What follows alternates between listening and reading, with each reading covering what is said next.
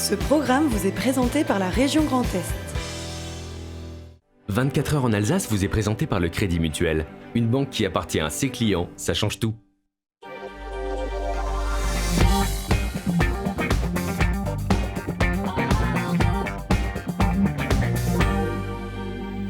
Salut à toutes et à tous, je suis ravi de vous retrouver pour une nouvelle heure d'actualité alsacienne en direct, comme chaque soir de la semaine.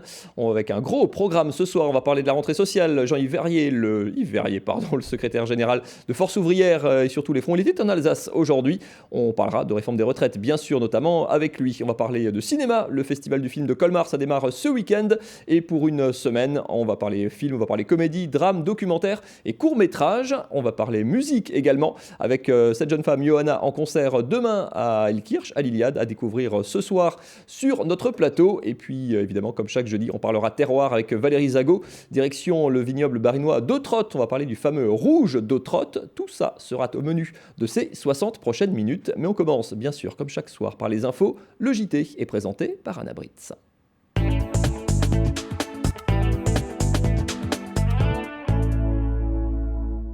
Bonsoir à tous et à la une de ce JT. C'est un des plus grands événements consacrés au genre dans la région.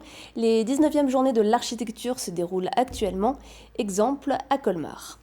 Le boom du savon artisanal en Alsace, de plus en plus de savonneries se créent, comme celle-ci à Soultz-sous-Forêt.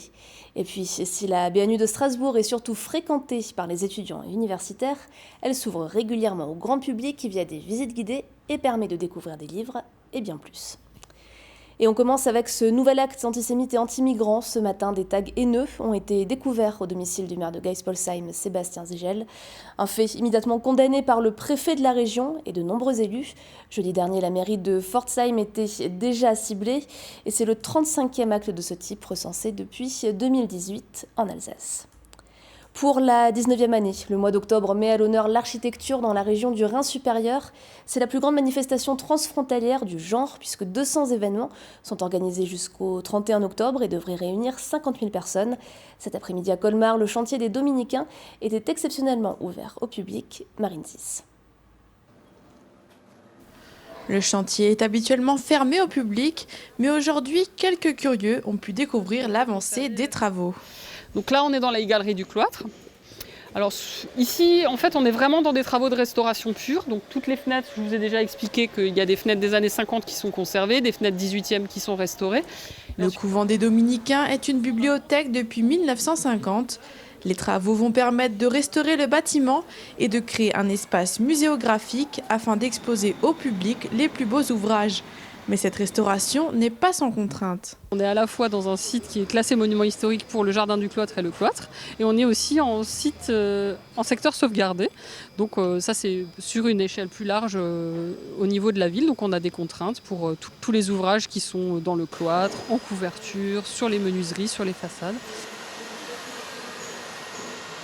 Bon alors là, faut suivre, hein. Si la restauration présente quelques contraintes, elle réserve aussi de belles surprises. Toutes les choses qui ont été mises dans ce bâtiment au fur et à mesure, les cloisons, les faux plafonds, derrière tous ces éléments, on découvre des vestiges de dispositions anciennes. Ça peut être des décors peints, ça peut être des planchers anciens, ça peut être des solivages qui sont peints. Ça peut être, comme on l'a découvert ici, qui est vraiment une belle découverte, c'est des vestiges de la sacristie.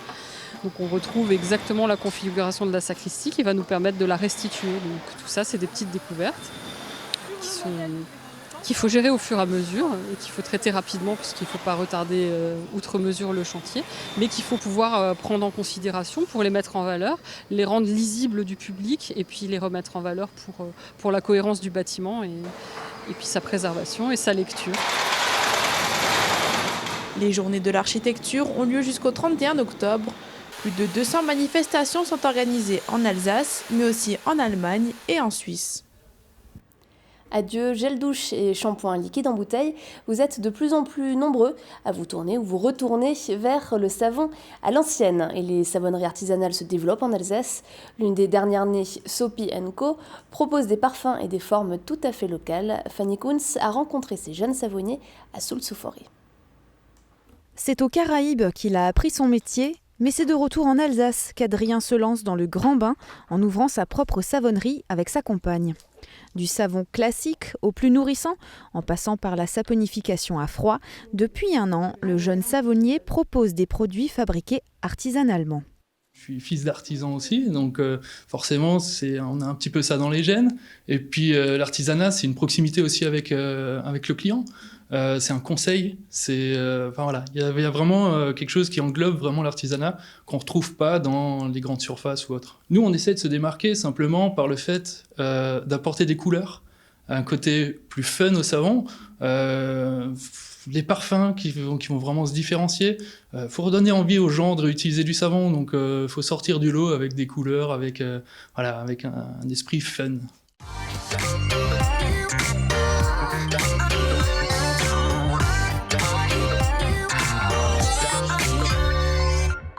De l'huile végétale, de la soude, du beurre de karité ou de coco, la recette du savon est très simple. Mais pour se démarquer, il faut parfois sortir des sentiers battus. Et pourquoi pas chercher l'inspiration dans sa région. Cigogne, bretzel ou kouglof prennent place dans la boutique d'Adrien et Angélique. C'est souvent ce que les gens retiennent quand ils viennent en Alsace. C'est la première chose qu'ils vont dire, le vin, le bretzel. Voilà, ce sont des petits détails en fait qu'on a voulu mettre en avant, mais parce qu'aussi on est fiers de notre région tout simplement et qu'on voulait montrer que on aime faire des choses locales et un petit peu plus atypiques. Et on a commencé par le savon classique parfum Gewürztraminer, qui est un petit clin d'œil justement aux côtés du vin de chez nous. On a les savons en forme de bretzel, on va avoir le savon saponifié à froid à base de houblon bio, que nous avons justement fait un partenariat avec la coopérative de Brumat. Et puis nous avons également des petites cigognes, des petites coiffes alsaciennes, justement pour le côté un petit peu plus authentique du côté alsacien. Et de nouveaux produits sont en phase de test pour les fêtes de fin d'année. Savon, parfum, vin chaud ou en forme de Mennele en pain d'épices pourront se retrouver au pied du sapin d'ici 8 semaines. Les étudiants la connaissent bien, tout comme les chercheurs, c'est la BNU pour Bibliothèque nationale universitaire à Strasbourg. Mais à côté de ces quelques 3,5 millions d'ouvrages, elle recèle d'autres trésors dont une partie est visible par le grand public. Reportage Cécile Motz.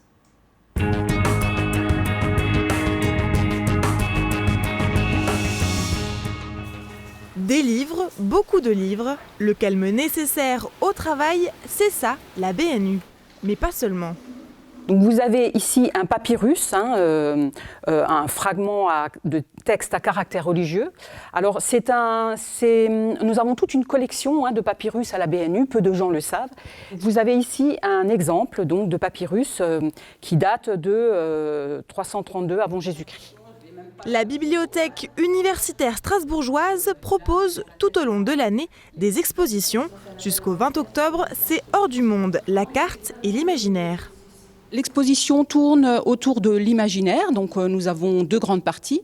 La première partie, un peu d'histoire de la carte, nous avons un très beau manuscrit qui date de 1036. Donc nous montrons vraiment des œuvres que nous ne sortons pas habituellement. Et dans la deuxième partie, nous basculons la perspective, c'est plutôt la carte qui accompagne le récit d'aventure comme Jules Verne. Vous avez aussi le cas des cartes dans le jeu vidéo, dans les jeux de plateau. Et nous terminons par les artistes qui ont utilisé la carte dans leurs œuvres. Un peu plus loin, dans les couloirs, changement d'ambiance, la bibliothèque se fait musée. C'est une salle qui est consacrée à l'Antiquité, avec quantité de pièces qui sont plus archéologiques, mais aussi documentaires. Ces salles se visitent uniquement sur réservation, l'occasion de découvrir les réserves et l'histoire du bâtiment. 2 formats pour donner un nouveau regard sur cette bibliothèque emblématique de la ville qui fêtera bientôt ses 150 ans. L'histoire a fait que cette bibliothèque est aussi une très grosse bibliothèque patrimoniale avec plus d'1 million de livres anciens et pas que des livres. C'est-à-dire on a aussi des statues, du mobilier, des tableaux, quelques tableaux, mais surtout une énorme partie archéologique de pièces antiques. Donc un ensemble qui est plus de l'ordre du musée finalement. Le principe c'est de montrer ça, d'utiliser cette partie muséale. Ce qui est intéressant pour nous, et je pense pour notre public, c'est d'éveiller un petit peu la curiosité pour d'autres formes de culture. Et pour éveiller sa curiosité, la Bibliothèque nationale universitaire de Strasbourg organise régulièrement conférences, concerts, débats et festivals. De quoi attirer un plus large public. Qu'ils soient émailleurs, plumassiers, brodeurs, armuriers, verriers ou luthiers, ils ont en commun d'exercer un métier d'art. Ils sont tous à découvrir dans leur versant plus artistique, du 8 au 11 novembre au Parc Expo de Strasbourg au Salon Résonance. La création contemporaine sera mise à l'honneur grâce à 188 professionnels, un événement unique en son genre, organisé par la Fédération des métiers d'art d'Alsace, qui est devenu en 8 éditions un des rendez-vous phares pour les artisans d'art. On les écoute. Le métier d'art englobe beaucoup de métiers. 280, je crois, dans la nomenclature officielle. La particularité du métier d'art, c'est que c'est un artisanat, c'est la maîtrise d'un outillage et d'un matériau. Aujourd'hui, c'est rajouté, contrairement à certaines époques, c'est rajouté une grande part artistique. Et c'est ce que nous mettons en avant sur le salon Résonance. Nous avons de plus en plus de demandes. Et de ce fait, nous pouvons être de plus en plus sélectifs. Et nous avons dans l'idée, effectivement, de renouveler le plus possible. Parce que ça montre la richesse, la diversité et puis la vie de ce secteur. En général, je pense que les salons, les foires, ce sont des choses très importantes parce que si tu travailles seul dans ton atelier, on n'a pas une feedback. Si tu travailles avec une galeriste d'art contemporain, il passe peu de gens. Là, maintenant, on parle de 15 000 personnes. Je ne sais pas combien de gens, mais c'est énorme. Des propos recueillis par Adrien Laby. Et tout de suite, comme tous les soirs, et pour finir, c'est l'image du jour, Oliviane. Pas encore de neige dans les Vosges? Pas grave, le Markstein vous propose toujours une multitude d'activités et notamment son bike park adapté à tous les niveaux, du débutant au cascadeur. 2 courageux salariés de l'Office de tourisme de Guebwiller l'ont testé cette semaine et livrent leur expérience en vidéo. Pour essayer Anna aussi, je vous vois très bien là-dessus. Merci beaucoup. Vous restez avec nous pour la suite de cette émission. On va accueillir les 2 invités de cette première partie. Yves Verrier, le secrétaire général de Force Ouvrière, on va parler de réforme des retraites bien sûr. Et Régis Schaeffer, on va parler du festival du film de Colmar qui démarre ce week-end. Et pour 8 jours, on parlera de tout ça. On parlera également terroir tout à l'heure, on parlera musique, juste après la météo. Voici la météo avec Velmin Froid. Velmin Froid au minéral naturel.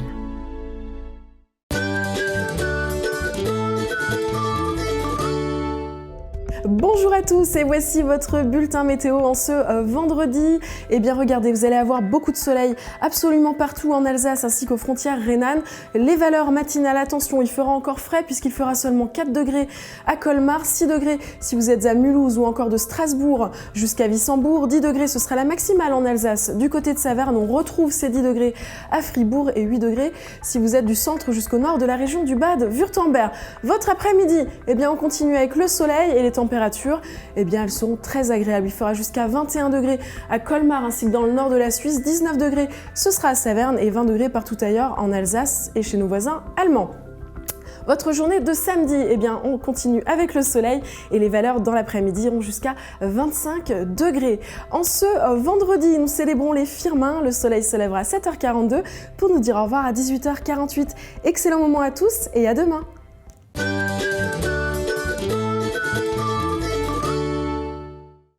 C'était la météo avec Velmin Froid. Velmin Froid au minéral naturel. Et on va parler de la réforme des retraites dans cette émission avec Yves Verrier. Bonsoir. Bonsoir. Vous êtes le secrétaire général de Force Ouvrière, donc responsable au niveau national. Vous étiez de passage en Alsace aujourd'hui pour un congrès. Comment ça s'est passé d'un mot? Vous étiez du côté de Vasselonne aujourd'hui.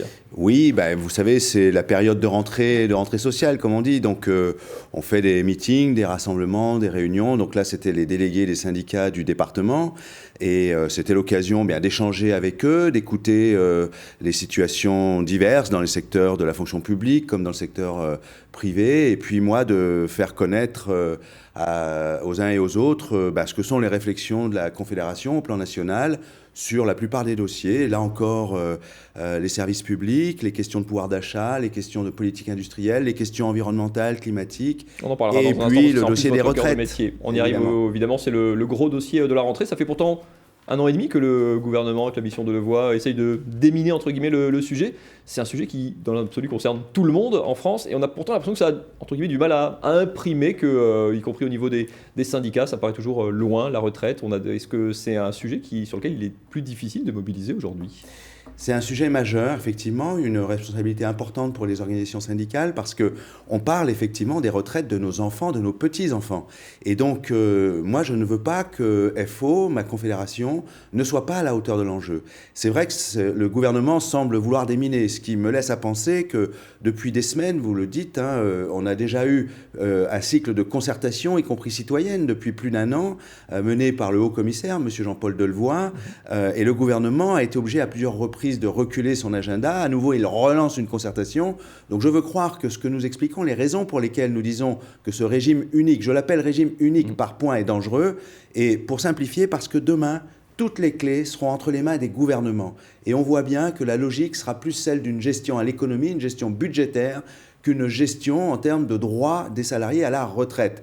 Et on l'a bien compris, que ce soit le haut-commissaire, le Premier ministre ou le président de la République, tous nous ont dit, à l'arrivée, il faudra travailler plus longtemps. Eh bien, nous disons que 62 ans, c'est déjà trop, et beaucoup attendent avec impatience le moment de pouvoir enfin partir à la retraite. Et il y a d'autres solutions. Comment faire alors, justement ? Alors voilà, le problème, on nous dit... Parce qu'eux vous expliquent que c'est une question de pyramide des âges, et oui, grosso modo, c'est une réalité, elle est devant vous, et on n'a pas le choix. Oui, alors, c'est vrai qu'on vit plus longtemps aujourd'hui. Mais pourquoi vit-on plus longtemps ? D'abord parce qu'on a un système de sécurité sociale qui fait qu'on peut se soigner, toutes et tous, à égalité, dans les meilleures conditions. Et puis, on a un système de retraite qui permet d'éviter d'avoir à s'épuiser jusqu'au bout au travail. C'est pour ça aussi qu'on vit plus longtemps. La Cour des comptes vient d'ailleurs de le souligner sur la question des départs anticipés pour longue carrière et leur effet, ces départs anticipés, sur l'allongement de l'espérance de vie. Et donc, il y a effectivement cette problématique, mais l'autre problématique, c'est celle de l'emploi. Aujourd'hui, le Premier ministre lui-même nous dit « nous n'en avons pas fini avec le chômage de masse et la précarité ». Et c'est ça qui rend difficile l'équilibre financier des systèmes de retraite, parce que tous les salariés n'ont pas, dès l'entrée dans la vie active, un véritable emploi avec un contrat stable à durée indéterminée, un contrat à temps plein, jusqu'au moment du départ en retraite. Un salarié sur 2 aujourd'hui, quand il liquide sa retraite, n'est plus en emploi. Les femmes sont plus pénalisées parce qu'elles subissent plus souvent les carrières interrompues, les difficultés d'entrée dans l'emploi, le temps partiel subi, les petites rémunérations. Donc effectivement, une fois arrivé à la retraite, les droits sont le produit de ce qu'a été votre carrière. Et c'est là-dessus qu'il faut agir. Si les carrières étaient meilleures, les cotisations seraient meilleures et le régime serait tenable ? Exactement. Et que l'équation, elle fonctionne selon vous ? Eh bien, elle devrait pouvoir fonctionner. En tout cas, elle mérite d'être analysée avant de remettre en cause le système de retraite lui-même, qui n'est pas responsable de cette situation. On oublie que c'est le ministre Darmanin des Comptes publics qui nous dit qu'il y a 140 milliards d'euros chaque année d'aides publiques aux entreprises. Ces aides sont faites en termes d'allègement de cotisations, de crédit d'impôt. Elles sont censées favoriser le maintien dans l'emploi, la création d'emplois. Est-ce qu'on les évalue en termes d'effets ? Est-ce qu'on les contrôle ? Est-ce qu'on les soumet à engagement ? Est-ce qu'on sanctionne lorsque les engagements ne sont pas respectés ? Je viens d'apprendre que l'entreprise Michelin ferme un établissement en Vendée à La Roche-sur-Yon. 650 salariés sur le tapis. Est-ce qu'on demande à l'entreprise des comptes sur les aides qu'elle a perçues et les conséquences aujourd'hui sur l'emploi ? Cette année, elle a 2 fois l'aide du CICE, à la fois en termes de crédit d'impôt et à la fois en termes d'allègement de cotisation. Moi, je pense que c'est tout cela qu'il faut regarder. Comment on garantit un véritable emploi à tout le monde, à tout un chacun ? Comment on fait pour revaloriser les salaires aussi ? Pour que, justement, si on revalorise les salaires, si on rééquilibre les richesses produites par l'entreprise, par l'activité économique vers le salaire, on contribuera aussi à équilibrer les recettes des régimes de retraite. Ça, c'est une approche très globale. Le gouvernement, lui, il a une approche à chaque fois ciblée. Il va vous dire, oui, les régimes spéciaux coûtent tant, il faut lisser ça. C'est la caisse commune qui paye pour des régimes spéciaux très protecteurs. C'est 2 approches complètement différentes. Vous ne pouvez pas être d'accord, du coup, avec ça ?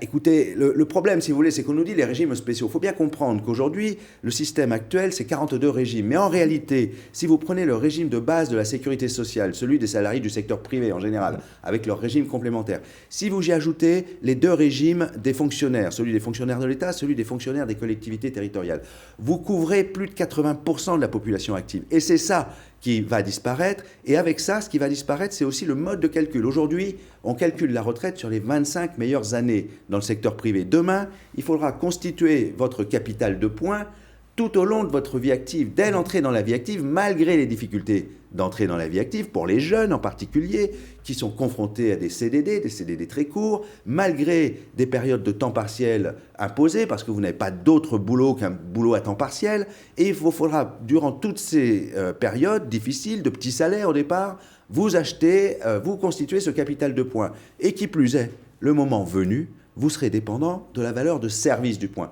Or, la valeur de service du point, comme la valeur d'achat, à l'évidence, puisque demain c'est un régime unique, ce sera l'État qui le gouvernera. Et le cadre financier sera fixé par les lois de finances. C'est le rapport du haut-commissaire Jean-Paul Delevoye qui le dit explicitement.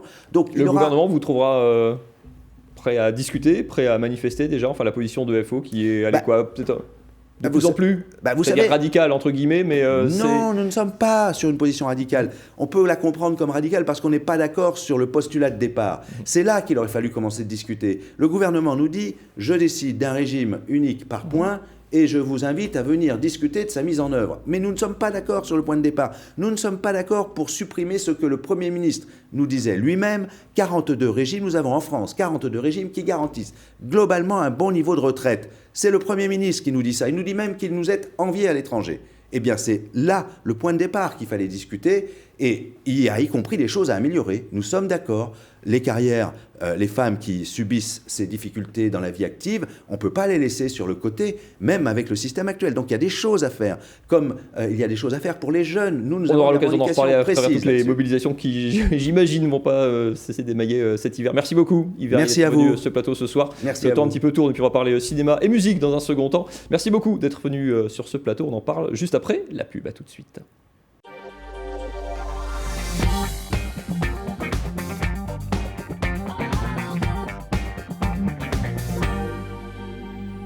Et on va parler cinéma dans ce 24 heures en Alsace. 7 jours pour le 7e art, c'est le festival du film de Colmar. Bonsoir Régis Schaeffer. Bonsoir. Vous êtes l'organisateur de ce festival dont c'est déjà la 24e édition. Du cinéma, des comédies, des drames, des courts-métrages, des documentaires. C'est quoi l'ADN de ce festival ?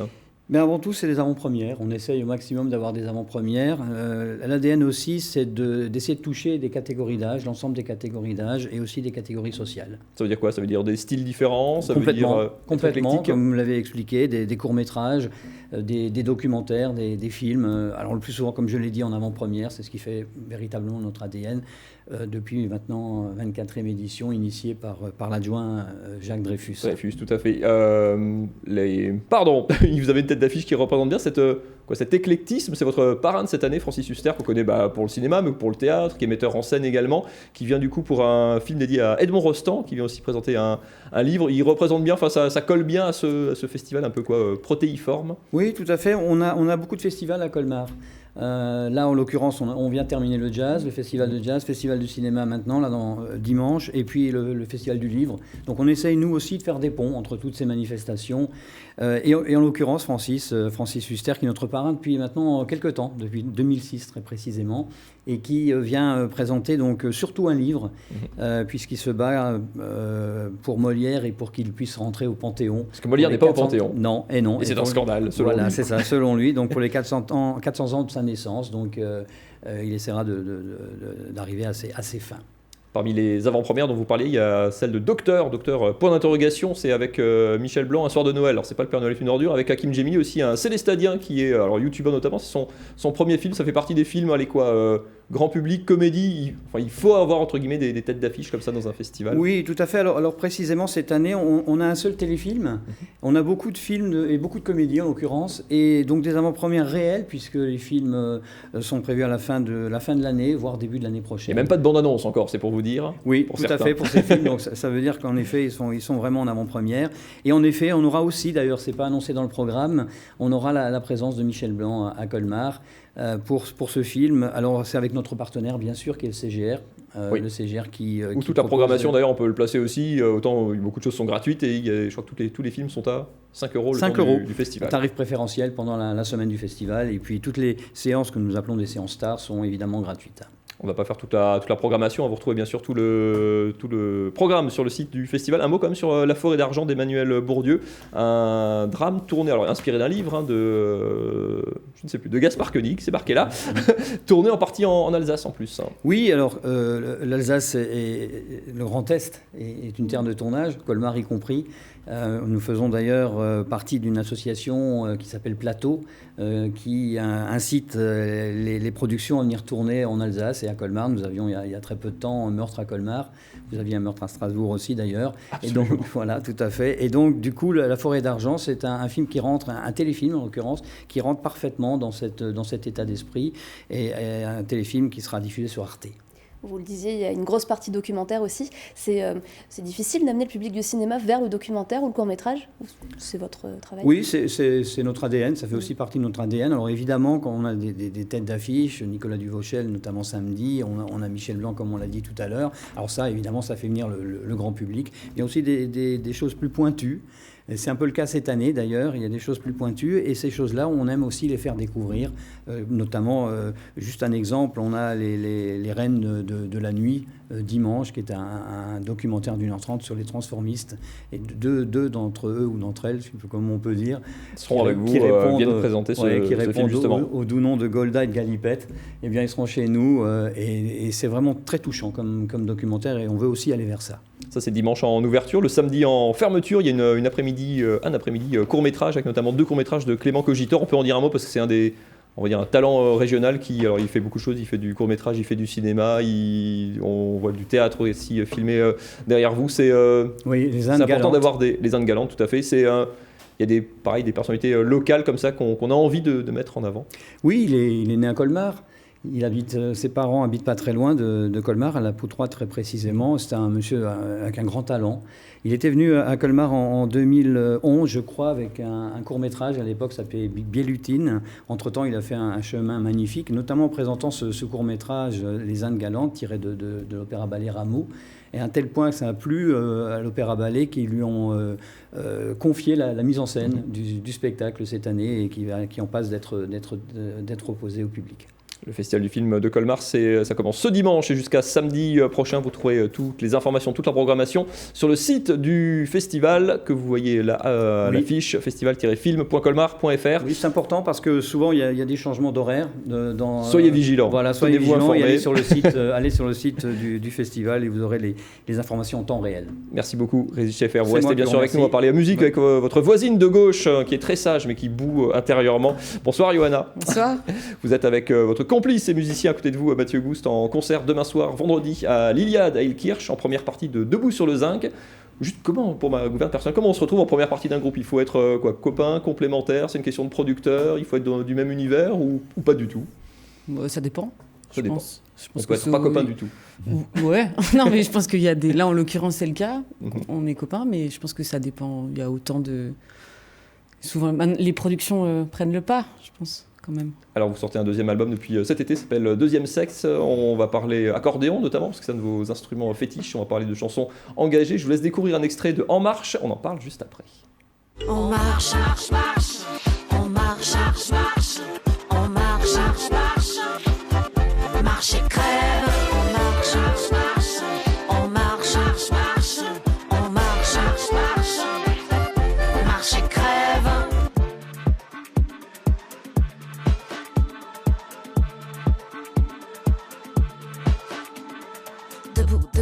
Debout là-dedans, prenez une douche, brossez-vous les dents, l'avenir appartient à ceux qui ne dorment pas, apprenez à vous vendre et ne vous plaignez pas. Debout, debout, debout les enfants, bande de feignasses, assistez, fainéants, venez donc vous tuer au labeur.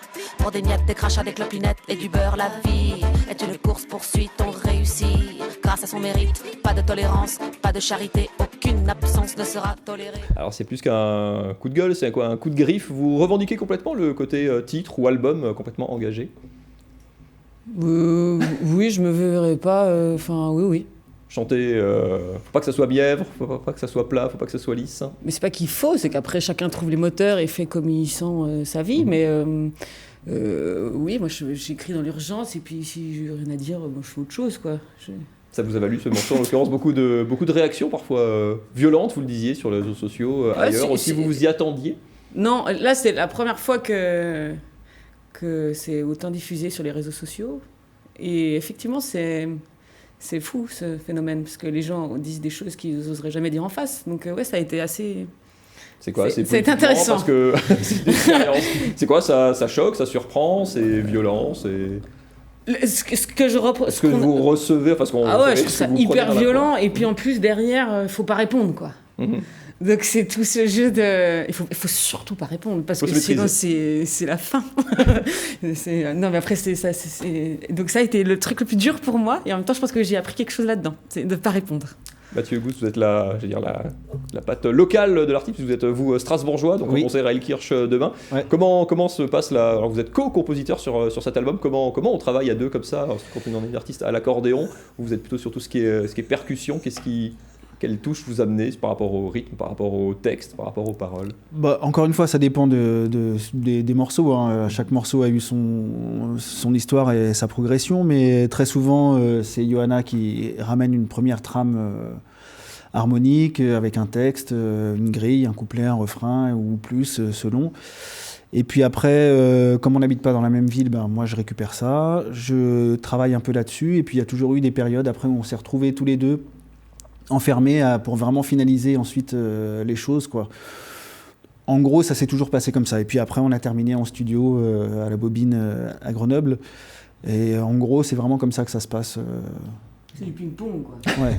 Moi, je découvre, du coup, je vois l'accordéon. On a une image un petit peu vieillotte parfois, mais là, ça fait... Enfin, en tout cas, sur cette chanson, c'est très moderne. C'est, comment dire, c'est deux univers qui se marient, ou c'était... Ouais, c'est une idée de moderniser l'accordéon. Ça vous a toujours accompagné, l'accordéon? J'ai commencé l'accordéon à 6 ans, ouais. Et moi, je suis suisse, donc je pense qu'en France, il y a un passif avec l'accordéon qui est dû aux émissions que vous devez bouffer le dimanche après-midi. C'est connoté, quoi. En étant enfant. C'est pas connoté comme ça en Suisse?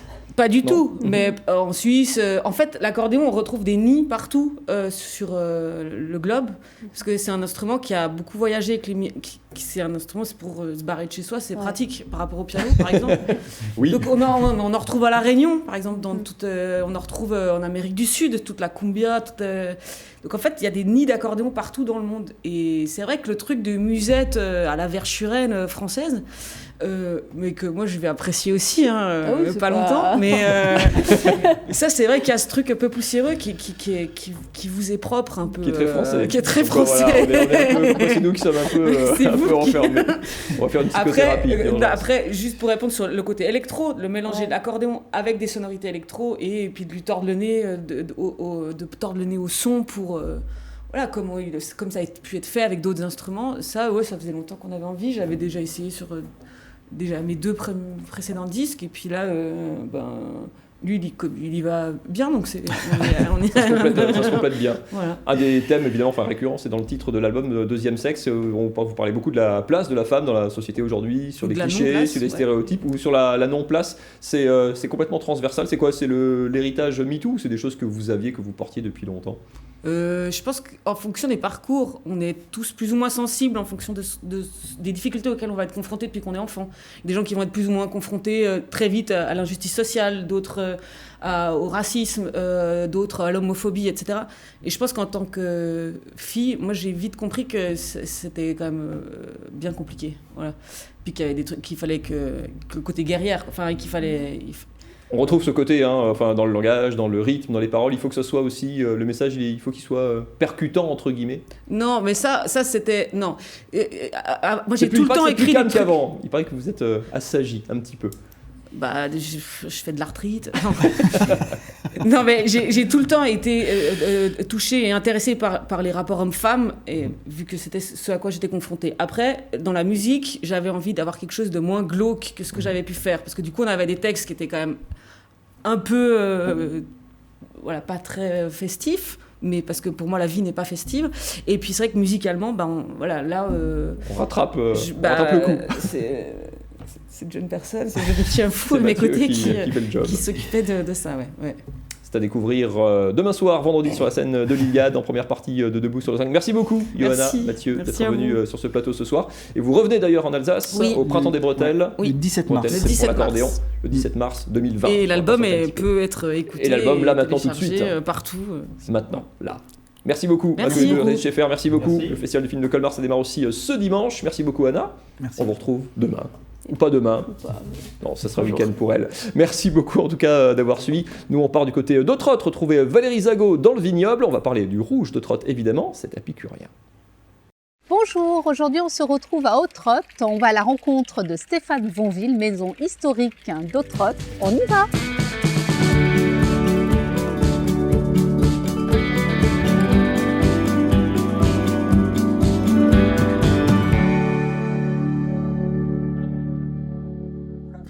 Bonjour Stéphane. Bonjour Valérie. Merci de nous accueillir aujourd'hui à Autrotte pour parler du fameux rouge d'Autrotte. Oui. Et peut-être le mieux, c'est d'en discuter dans les vignes. On y va? Oui, on y va.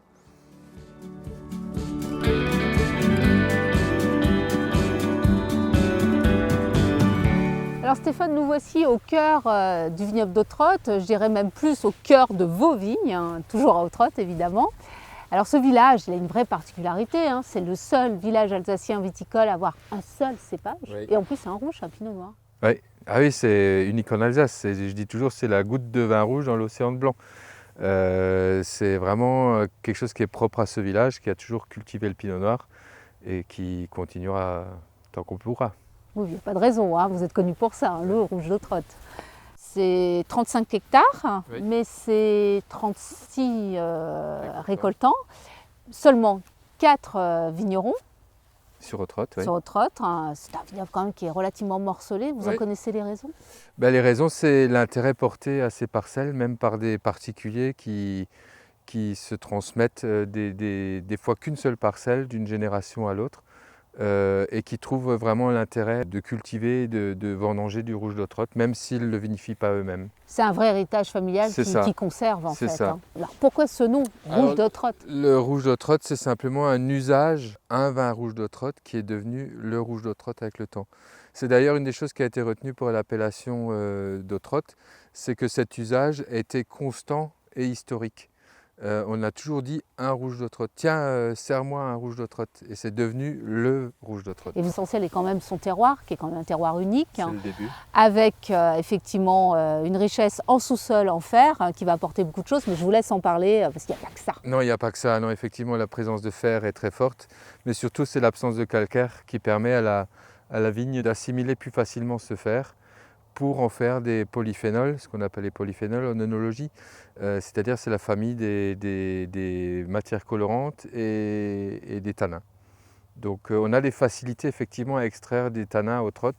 C'est d'ailleurs là qu'il faut un peu adapter notre méthode de vinification. D'ailleurs on va goûter le fleuron de la maison lors de notre pique-nique traditionnel. Oui. La cuvée s'appelle Charles à Carl. Oui.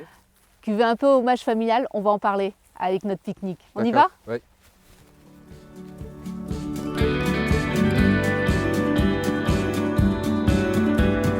Stéphane, bon, on va parler de cette fameuse cuvée de Charles à Carl. Alors pourquoi ce nom?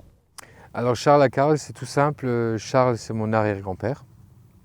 Et donc le vin qui est contenu dans nos verres maintenant vient de nos plus vieilles vignes qui ont été encore plantées par Charles.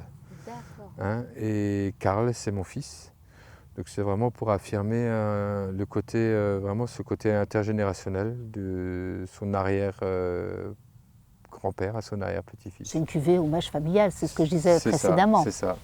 Le nez commence à s'ouvrir, hein. On est vraiment sur de beaux arômes de cerises qui apparaissent, un peu de cassis. Hein. Du boisé qui se mêle avec. Bon, on va trinquer. Oui. À votre santé Stéphane. À la vôtre.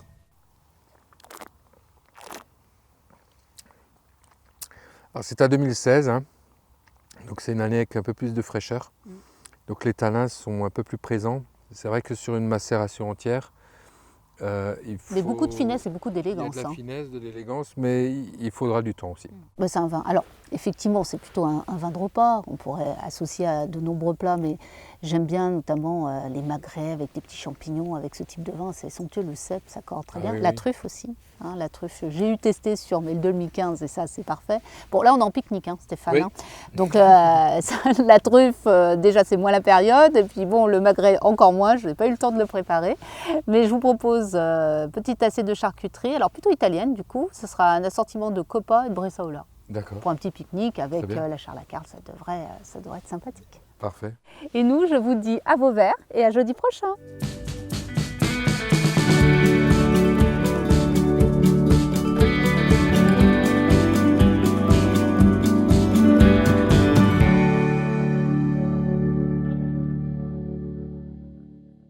Et vous retrouvez bien sûr Valérie Zago pour le meilleur de nos terroirs chaque jeudi. Et l'autre rendez-vous du jeudi, c'est le magazine du logement et de l'habitat avec nos partenaires de la Cibar. On s'est penché cette semaine sur les petites mains de la Cibar avec Maria qui est agent d'entretien. Fanny Kunz l'a justement rencontrée. Moi, je vous retrouve lundi prochain pour une nouvelle émission. Excellente soirée à toutes et à tous. Salut.